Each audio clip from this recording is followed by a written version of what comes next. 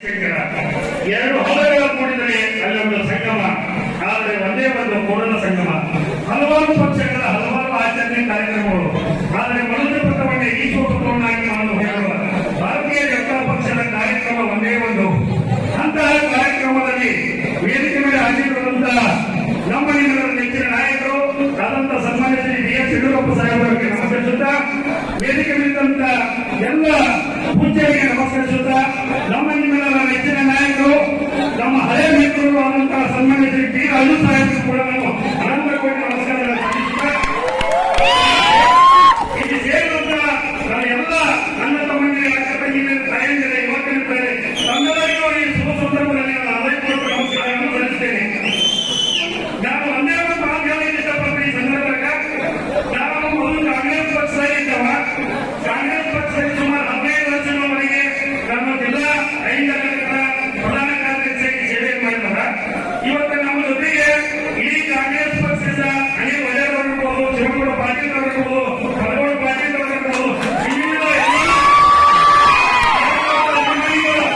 ಇವತ್ತು ಸಂಘಟನೆತ್ವವಾಗಿ ಈ ಕಾರ್ಯಕ್ರಮದ ಅಭಿಮಾನಿಗಳೇ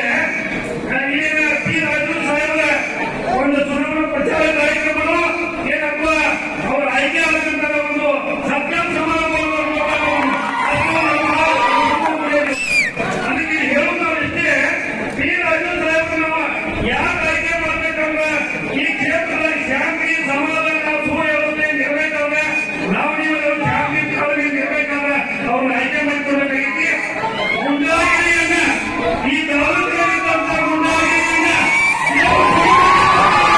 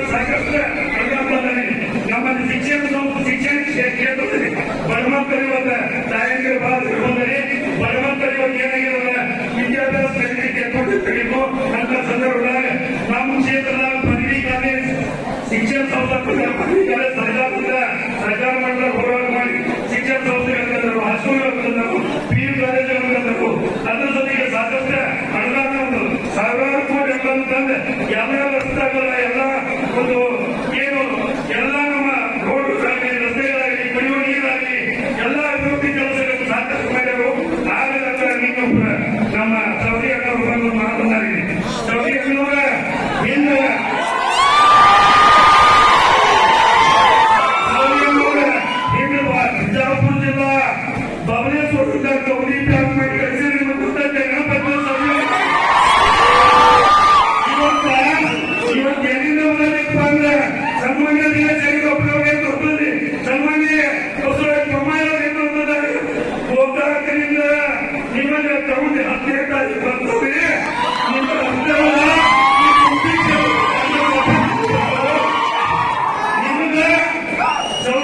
ನಿಮಗೆ ಮತ್ತು ಈ ಮೂರ್ತಿಗೆ ಕಾಂಗ್ರೆಸ್ ಅಭ್ಯರ್ಥಿಗೆ ನಾವು ಒಂದೇ ಒಂದು ಕೊಡಬೇಕು ಯಾಕೆ